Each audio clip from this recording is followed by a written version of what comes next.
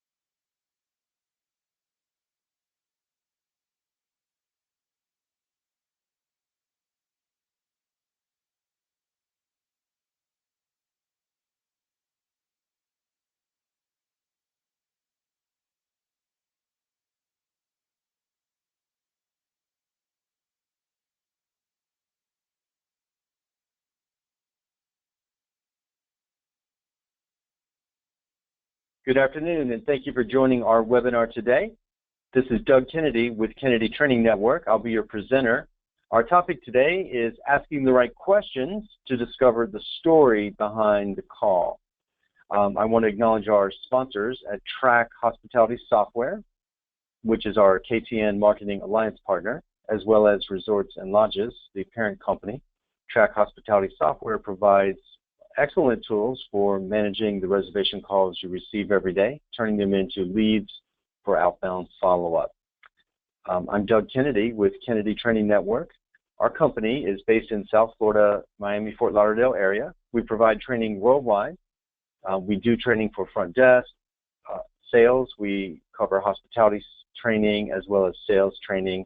And one of our most popular topics is reservation sales. So we're giving a webinar series here that's being provided with our alliance partner, Track, for all of the Track software clients, as well as inviting our resorts and lodges to join in. We hope to bring value, whether you're a hotel, a motel, an inn, a conference center, a vacation rental company, and I believe that covers most of the lodging companies we have on the line today. But welcome to everybody. These webinars are taken from our KTN reservation sales training that we do on-site for hotels, resorts, call centers, vacation rental companies of all sizes. So our theme today for this month's webinar is asking the right questions. In fact, the name of our sales training class at KTN is called Quest. And when I designed it, it was as my newest training. I really wanted to go back to the drawing board a little over 2 years ago and started out by listening to calls, recording in systems like the Track Pulse and elsewhere, where I could hear real recordings of real calls from real clients. So some clients had Track Pulse, others had old-fashioned tape recording type solutions. And the more I listened to real calls, the more I realized just how much has changed circa today.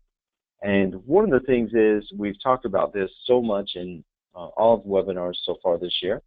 When it comes to information, the balance of power has shifted to the caller's side of the equation. So what that means is, years ago, well, not really that many years ago, at least it doesn't seem like it to me, callers had very little information prior to dialing our phone number. They had a good old-fashioned phone book, if anyone remembers those. Some of you might recall the AAA Auto Tour book that I know even my parents used years ago, and I guess I used it when I first started traveling as well. Others might have the resort brochure, the vacation rental company, property directories, local tourism guidebooks. But when it comes down to it, they had very little information prior to dialing our phone number. So back then, we had to do a lot more talking. And today, what's different in today's world is, instead of talking, we have to do a lot more questioning. Most callers have been online prior to calling.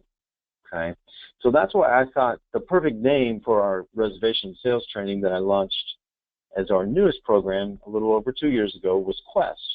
Because the nice thing is, the caller is on a quest for a place to stay.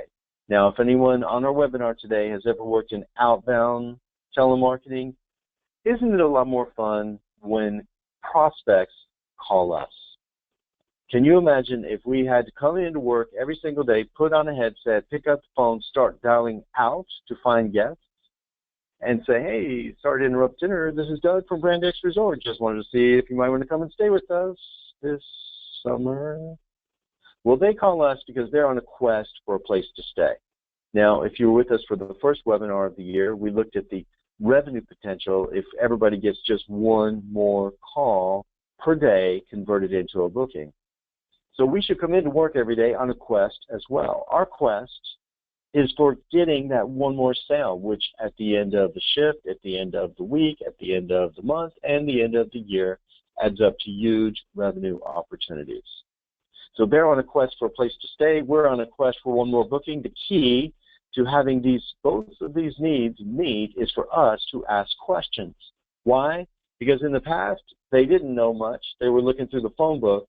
Today, they're going through our website prior to calling. Or, as many of you might agree, a lot of them are online while they're on the phone. Okay, at least those who are calling while they're on a desktop or a laptop machine.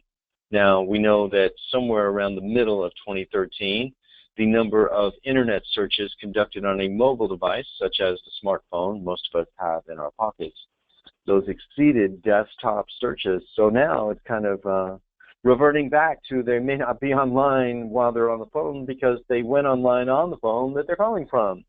We have a lot of people that click to call after searching online. So the point is, though, they have more information whether they're on the phone while they call or they have just been there. And that's why a lot of the questions we get are, hello, where are you? Now, that might seem an odd question for those of you working in an in-house, on-site reservation office. I know part of you want to say, well, sir, actually, I'm at work here today. And then they say, no, where are you exactly? Some of you ladies are thinking, sir, that is a creepy question. Why are you asking me that? There's a reason they ask, because they want to know that you are on site and you therefore, most importantly, are a credible source of the information that they're on the quest to find out. So before calling us, we certainly hope they visited our website and seen all those pretty little pictures, but they've also visited other websites to do research. A lot of our prospects go to websites such as, one of these is the #1 most popular by far and away website for travel planning, as probably a lot of you know, which is TripAdvisor, where people go to start their searches. Many others in the vacation, non-traditional lodging, vacation rentals, etc., start out at Flipkey. A lot of people visit Yelp. I was just in San Francisco yesterday and over the weekend, working with some clients last week, and stayed over socially, and I found that our friends that live out there, actually Yelp is kind of like a verb now. It's kind of like Uber. When I take Uber, I don't just take Uber, I Uber to the next stop. Well, now when you want to find a place to eat, you can visit a noun called Yelp, or you can just Yelp to find a place. So another noun that has moved to a verb. Many people go on Facebook, others go on Twitter, and some go on Instagram. So as a result, especially when they visit guest review sites, they are often confused, overwhelmed with details. Ironically, as we've spoken in previous webinars, ironically, a lot of times when people read reviews, the people posting the 5-star "we love you" reviews are talking about the very same thing as those posting the 1-star "we absolutely hate you" reviews.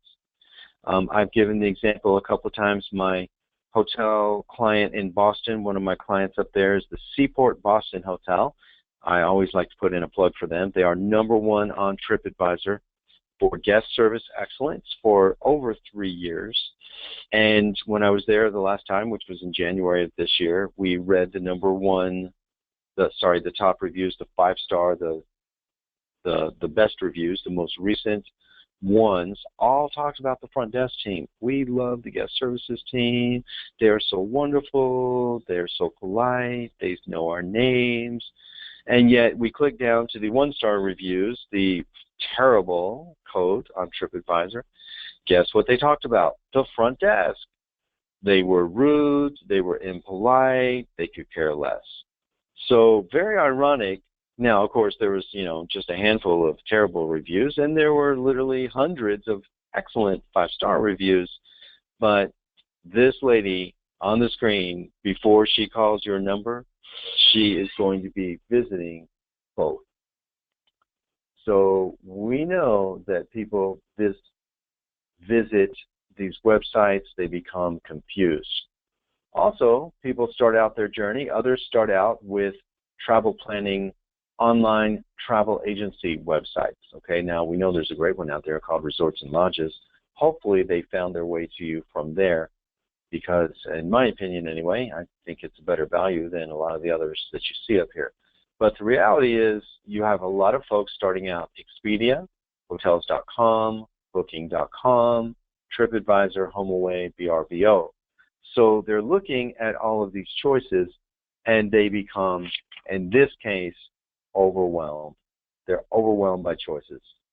Interestingly, when you give consumers too many choices, instead of being all happy with all the selection, they get stressed, they become indecisive, and they cannot make up their minds.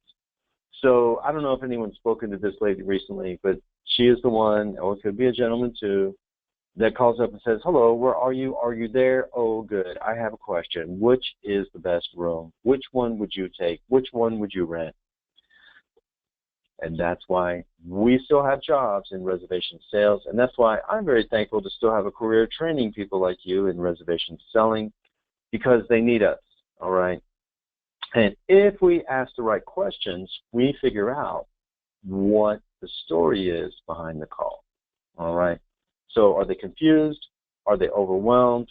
Or are they simply misinformed because they've read too many guest reviews, and there's no way they can all be right when they're both talking about the same thing? So they have a lot of information. Now, had you gone through training with me when I started out years ago doing reservation sales training for hotels, resorts, rental companies, and call centers, back then, sales was a lot more telling about, a lot more talking, a lot more describing. But in today's world, the balance of power of information has shifted to their side of the equation. So rather than jumping right into a scripted list of features, okay, and today we call this the elevator speech. Hey, have you stayed with us before? No, you haven't. Let me tell you about the hotel. Let me give you the same information that I tell every single person that I've spoken with today. We have a pool and a gym and a bar and a restaurant. Tell you about the room? Sure. There's a bathroom and a bed and a dresser and a nightstand. That's what we used to do. Well, of course, we never really trained it like that. But the point is, we train people like you to tell those callers everything about the hotel and everything about the rooms, the suites, the vacation rental homes. Today, we call that an elevator speech, all right? I don't think you want to be given an elevator speech, and that person who has done research doesn't want to hear the elevator speech. They want to know something specific to their situation, their circumstance, their story, as we say. So instead, if we ask the right questions, we can figure out why they decided to call instead of proceeding with booking online, okay? So all the software companies that came to your bosses and sold them technology to allow your guests to book reservations online, okay, one of the selling points 15 years ago was, hey, guess what? If you get them to book online, you won't have to have so many people taking calls. Ironically, the more information we put out, the more people call. Okay, now some call and then book online. Some book online and then call. There is an interplay between the voice reservations channel and the online channels. The point is, once we get them on the phone, that is our best opportunity. That is our time to make a connection. That is our time to move them from a prospect into a guest. And if we do that, we can unmask the caller's story. Now, I believe these two pictures here say it all. If all we do is treat the reservations call like it's our job to help them find what's available, we take what I call a technical support approach to a reservation sales job. Hi, I'm planning my honeymoon. When is it? How many nights? How many people? How many beds? Okay, don't think you're special. You're caller 29. Remember that. I had 28 before this shift, and I got about 32 more before I'm all done for the day. What we want to do is engage people. Once we figure out who they are and why they're calling, we now move to a whole new level. Okay, I call this unmasking the caller's story, and I think these two pictures say it all. Now we can, instead of helping them find what's available and treating reservations like it is a technical support job for people who are not able to book a room online at our website, instead of helping them find what's available, we can instead make it our job to help them decide, help them commit. We can become reservation sales planners or vacation planners if you're in the leisure business, all right? So that is really the mindset behind asking the right questions. It is not our job to help them find what's available. They don't need us for that anymore, certainly not in 2016. It is our job to help them decide and to help them commit, all right? Now, the more we find out their story, we can take that person if they are overwhelmed by choices, if they're still shopping around, if we are just another logo or picture on a third-party website so far. That's what we want to do to make the phone ring. Once that phone rings, rather than listing and informing and saying we're a 300-room hotel, we have a restaurant, a bar, a kiddie pool, a game room, instead, we can tell the story of our hotel. I call this narrating the pictures they've already seen online. In today's world, they've already seen the pictures, but people don't believe pictures. Okay, there's a lot of websites out there that actually, there's one website called Oyster, and if you're interested, you can check it out or just come back for a future webinar.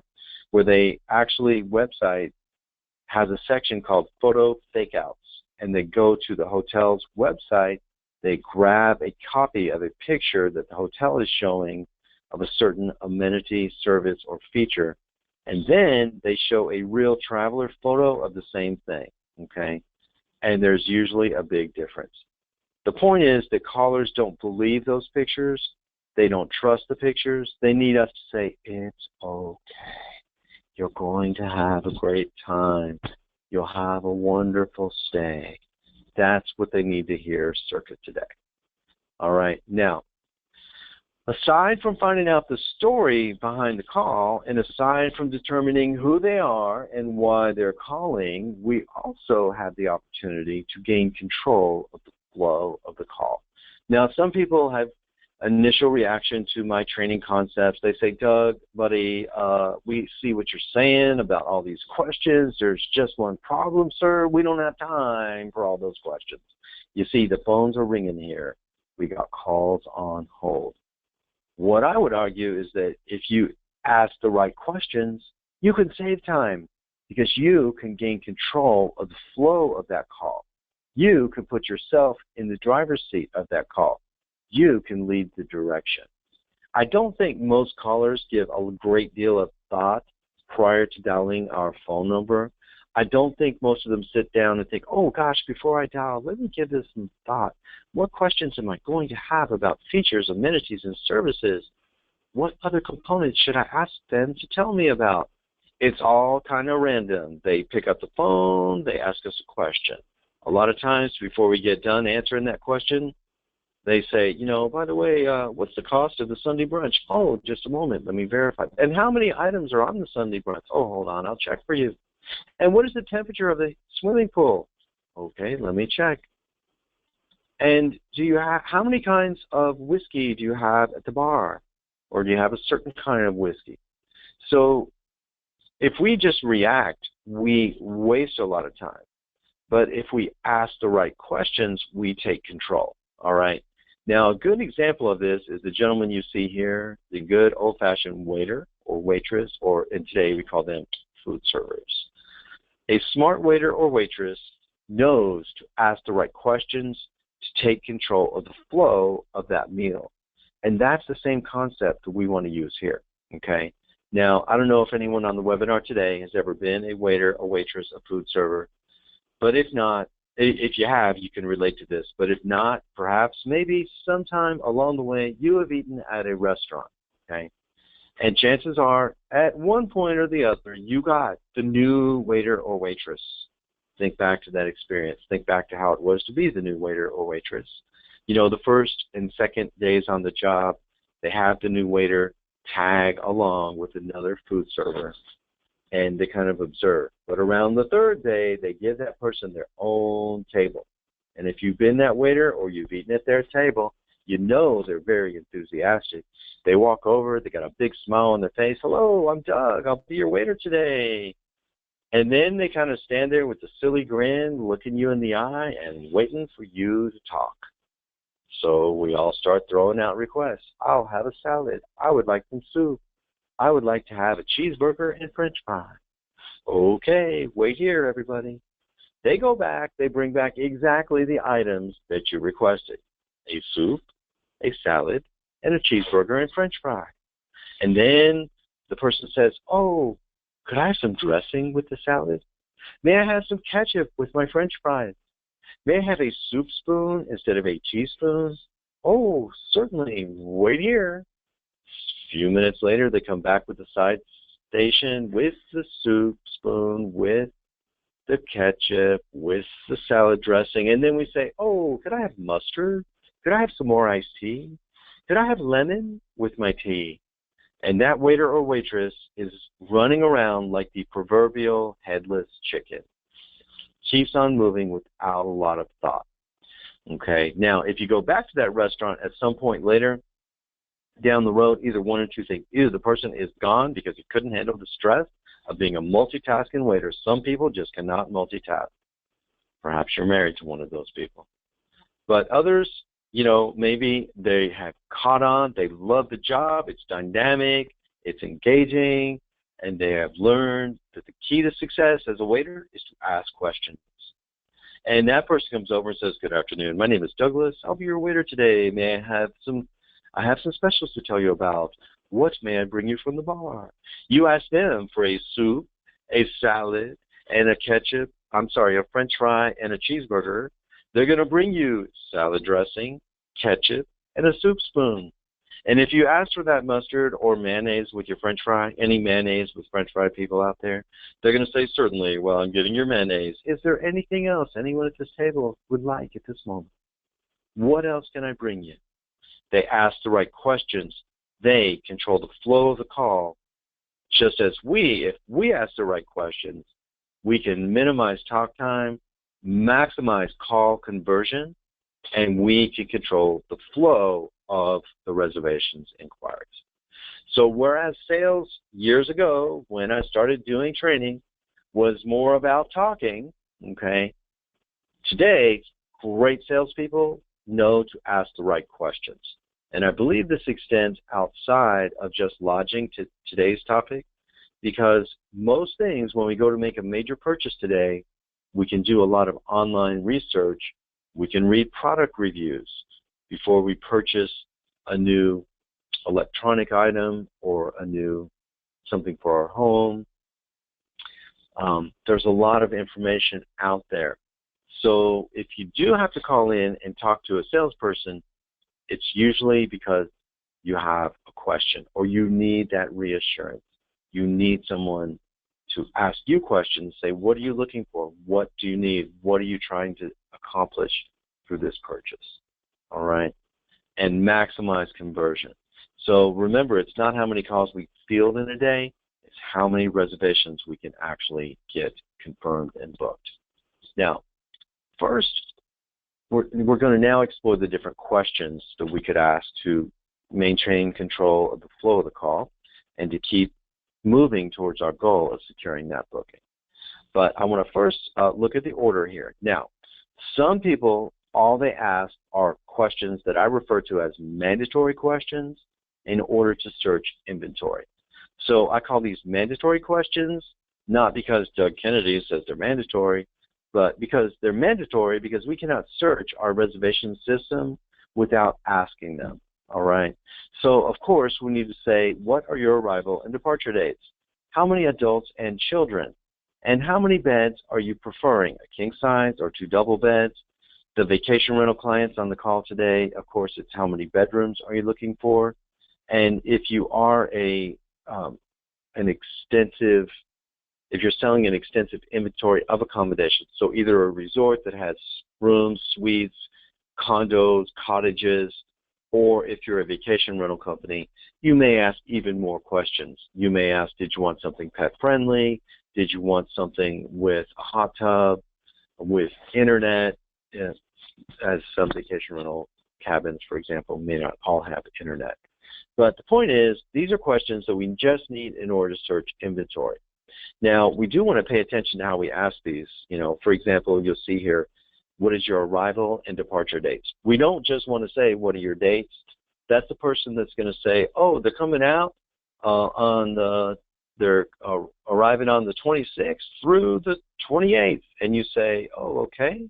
And you put in, they're checking out on the 28th. Well, guess what? On the day of the 28th, they get their bill under the door for express checkout. And they call down and say, why did I get a bill? I'm staying through the 28th. Because they think it meant through the 28th to the 29th. The next person says through the 28th, and we say, oh, we've learned from our lesson, so you're checking out on the 29th. Oh, no, I'm staying through the 28th. I'm leaving on the 28th. All right, so better to head this off by saying, what date are you arriving, and what date are you departing? Also, we don't just want to say how many people. We want to find out number of adults and children so that we can actually put that into, well, first of all, put them into the right size accommodation, okay? But also we'll find out more as we start to uncover story behind their call. And then, of course, the bedding preferences and then any other amenities specific that are to your inventory that they may be looking for, all right? So we still want to ask those questions. Now, A lot of reservations. In fact, I would venture to say the majority of reservation agents do not ask more than these questions. Every week, I'm on the road conducting on-site training for all different size hotels. I went all the way to San Francisco to train 3 reservation agents. Next week, I'll be training about 30 at a much larger hotel. So, but, you know, all the questions differ, but every time that we do the class, we do a call around to the local hotels who did not hire me to do training because they already do their own training or they don't need training. And we call them to see how the competitors do, okay? Just as you probably mystery shop your competitors, they're mystery shopping you. So we call them up, and I can tell you the vast majority of the time, this is all that people ask, all right? Now, we want to go beyond that. Traditional questions, there's 2 that are still important, all right? And I've always advocated for these in all of my years of training, and I still think they're important today. We always want to ask, have you stayed with us before? Okay? For one, we can look them up in our guest history, and we can find, you know, what accommodation they had last time. We can find notes about their guest stay. And so if we have them in guest history, it can save time. Also, it saves us time because we know they're a repeat guest. And if you say, have you stayed with us before? Yes, we come there every year. We come there twice a year. Or for business travelers, we come there every month. Now you save a lot of time. You do not have to go through an in-depth description. Okay, you're not going to have to say, well, Doug Kennedy said I have to give you a learning benefit descriptions. If they've stayed before, they're probably calling to book. It is probably an order-taking call. Next up, we want to say, oh, and what's bringing you to the area at this time? Now, you don't actually want to say the area. Please don't say the area. They're going to be like, what? I'm not going to the area. I'm going to Lake George. So please substitute your destination, you know, Aspen, Lake George, Michigan. We have so many different group and areas geographically on the call today. So what brings you to town at this time, or to our town at this time? Now, this is helpful for those of you who get a mix of business, leisure, group, and event business. So you want to find out, are they coming for the concert? Are they coming for the marathon? Is it hot air balloon festival? Is it wine festival?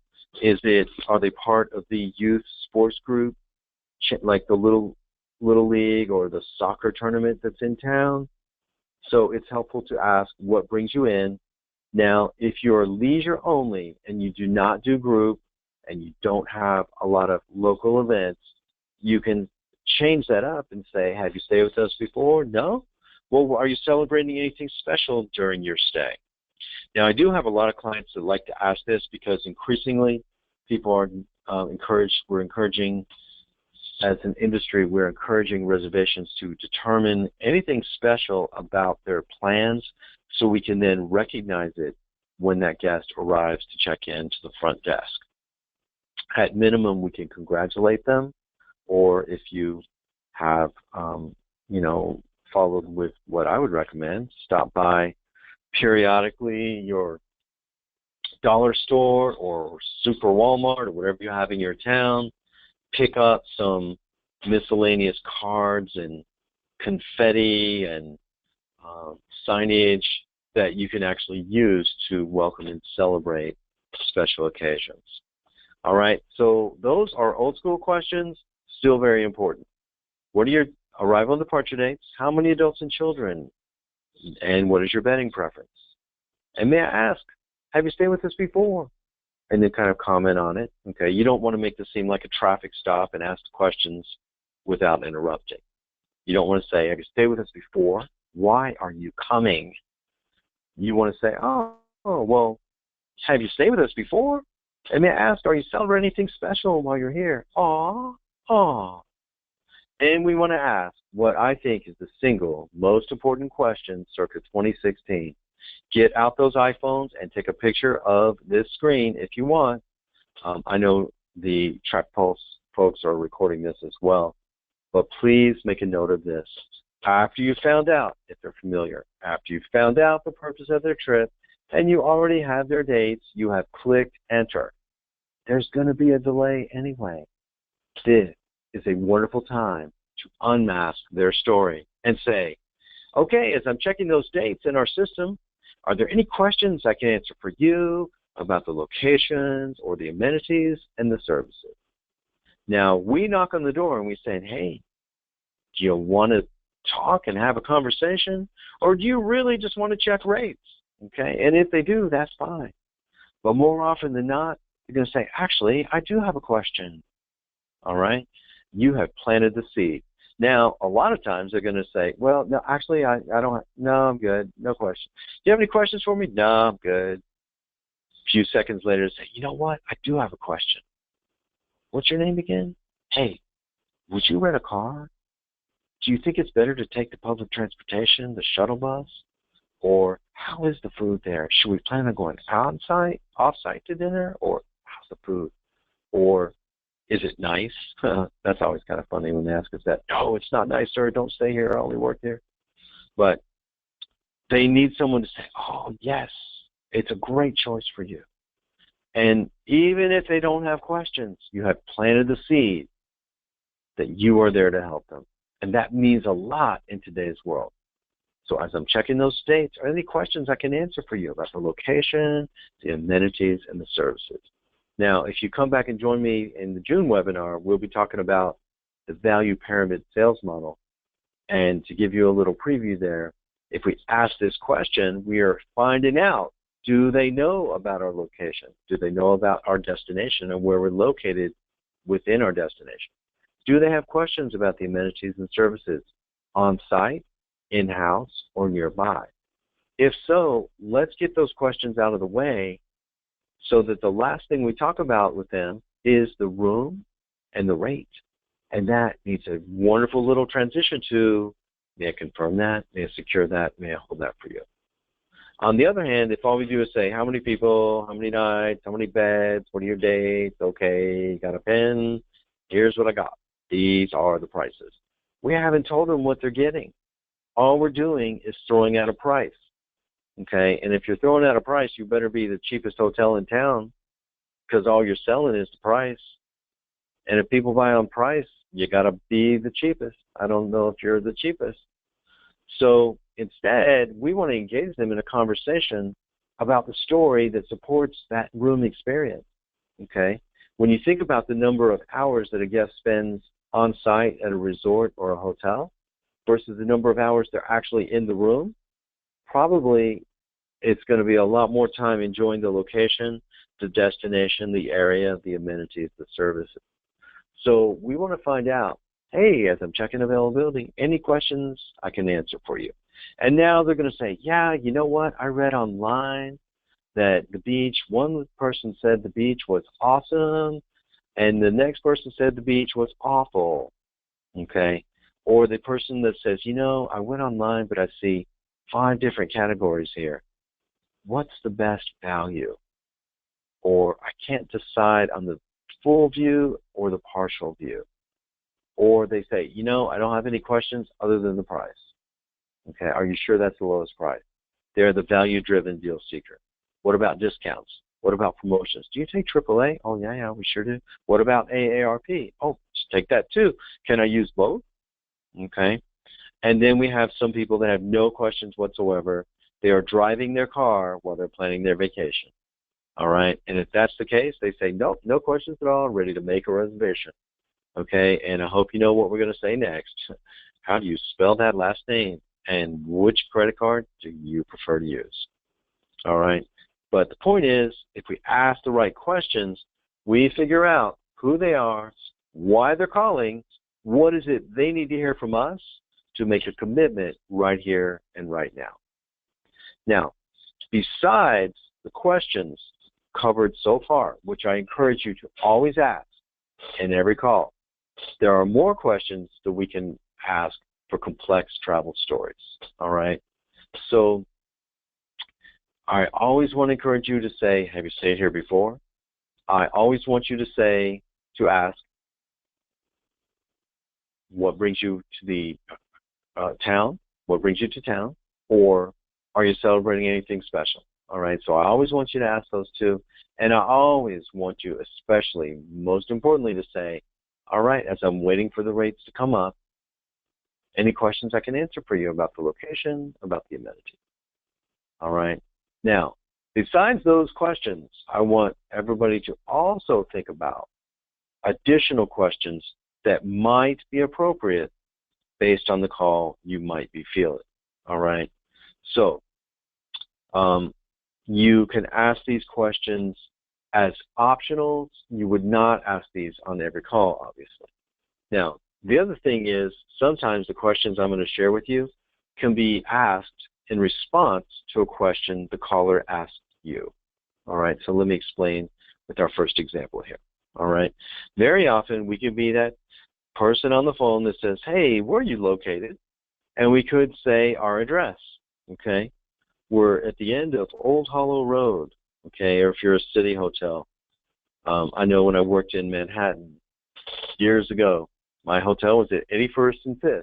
Now, if any of you New Yorkers are on the phone today, on the webinar today, you know that 81st and 5th means 81st Street and 5th Avenue. Pretty cool address in Manhattan. Upper East Side, ooh, one of the most wealthy neighborhoods in the whole, probably the whole world. Right across from the Metropolitan Museum of Art. But if you've never been to New York and someone says, oh, we're at 81st and 5th, you're like, what? Where's that? So we want to find out. Someone says, where are you located? Oh, I can answer that. Can I ask, are you familiar with this part of town or this part of the state? All right. So we find out what they know before we tell them the details. Also, people say, what is there to do? All right. Now, some of you on the call today are destination-type resorts where a person can spend their whole vacation there. We could just pick up that little cheat sheet and start reading down the list. What is there to do in the resort? Well, there's a pool and a beach and golf and tennis and spa and room service and paddleboarding and ping pong. Tell you about the room. There's a bed. No, I already did that one. So what we want to do is before we tell them about the activities, let's say, hey, I'd be happy to tell you about all the wonderful activities, but are you looking for a more active vacation or you just want to relax? Does an activity mean a trip to the spa with your adult daughter and mom, or does it mean going out parasailing, okay, or renting a wave runner? We want to find out. Also, if you notice in all of the examples, we always led with, may I ask? Ask permission to ask. And this is just a way of speaking the language of hospitality, which will be covered in our next webinar, by the way, of framing our questions in a way that sounds as a friendly, helpful approach rather than a traffic stop quiz where the flashing blue light, come on, I'm sure no one ever got pulled over. And the officer comes up and says, I need to see an ID and proof of insurance and registration. I need an ID, I need a registration, I need insurance. Okay? Have you stayed here before? What brings you in? You got any questions for me? We want to make it sound conversational. Have you stayed with us before? Oh, really? And first time? Oh, repeat guest? Oh, may I ask, what brings you to our town? Oh, how exciting. Well, may I ask if you have any questions about our location, about our amenity? We ask permission to ask the question. All right, and this positions our efforts to investigate as courtesy rather than an interrogation. Now, the next question is very helpful for those of you who have a diverse inventory. So, in other words, if you're selling a portfolio of vacation rental homes or condos, if you're selling condos located in different condominium developments or buildings, you want to say, do you have something in mind? Are you looking for options? If you are instead a resort that you have 5 or 6 room categories, but you had the golf package, you have the spa package, you have the lake view room, You have the partial lake view room. You have the no lake view room. You want to say, do you have something in mind, or are you looking for options? All right? And figure out, because if that person has a room type in mind or a parental property in mind, and it's available, okay, and we quote the rate and they're happy with it, okay, and they say, that sounds perfect, let's go ahead and make that reservation before we give them so many options that we confuse them. Also, some people say, no, I don't have a room in mind. Well, we have 7 different room categories. Just tell me about all of them, okay? Or, you know, do you have a rental property in mind? No. Well, I need a 3-bedroom though. Okay, well, we have 17 3-bedrooms. Oh, good. Tell me about all 17. We want to narrow down. We want to say, okay, well, just to let you know, we have both upscale and more traditional options. Do you have a budget that you're looking to stay within? And this is a nice, friendly way of saying how much you're paying, how much you're willing to pay. If we just say, do you have a budget in mind? They're going to be thinking that we're trying to, you know, ask a trick question. They're going to say, no budget in mind. And then you say, well, let me give you a couple of price ranges here, and all of a sudden they have a budget. So if you say, well, just so I can help you find the best option, do you have a budget in mind? Okay, but let them know up front that you have both upscale and traditional in all price ranges. Do you have a budget that you're looking to stay within? So you kind of tell them why you're asking about money before you ask about money.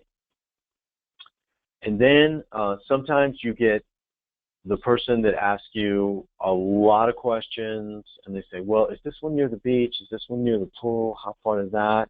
And you say, well, is there something you're looking for that I've not mentioned yet? Or is there anything specific you're looking for your vacation? This is a nice way of saying what a waiter would say when they say, is there anything else I can get anyone at the table today?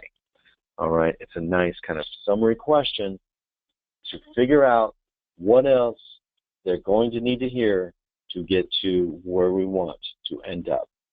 And that, ladies and gentlemen, is, may I reserve that room for you.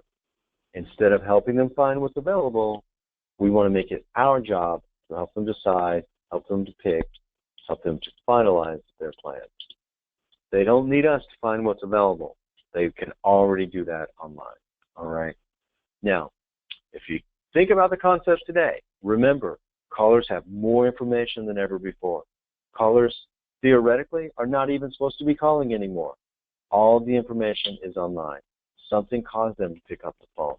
If all we do is talk and give them a feature list, an elevator speech, we're going to sound like everybody else in the same type of classification or category. The most important reservation sales tactics today are to gain control of the flow of the call by asking the right questions. This enables us to figure out who you are and why are you calling. All right? So please don't ask so harshly, who are you and why are you calling me? I'm sure there may be days when you want to ask like that, but doesn't it sound so much better when we say, as I'm checking those rates, are there any questions I can answer for you about our location, about the area activities, the amenities, and the services? Okay. Well, I hope you've enjoyed our webinar. I always enjoy doing this every month, and the comments that I get, please feel free to email me. I'll give you my contact information in just a moment. But I will be continuing on in our webinar series towards the end of May with our next topic on the hospitality part of the reservation sales role in our cycle of guest service.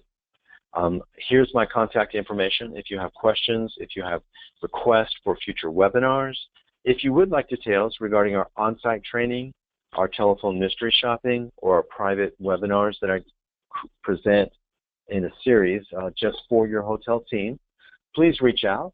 I always enjoy working with the folks at TRAC as well, so if you have questions on the TRAC hospitality software, you can contact Nick, who confirmed the webinar for you today, or shoot me an email and I'll connect you with them.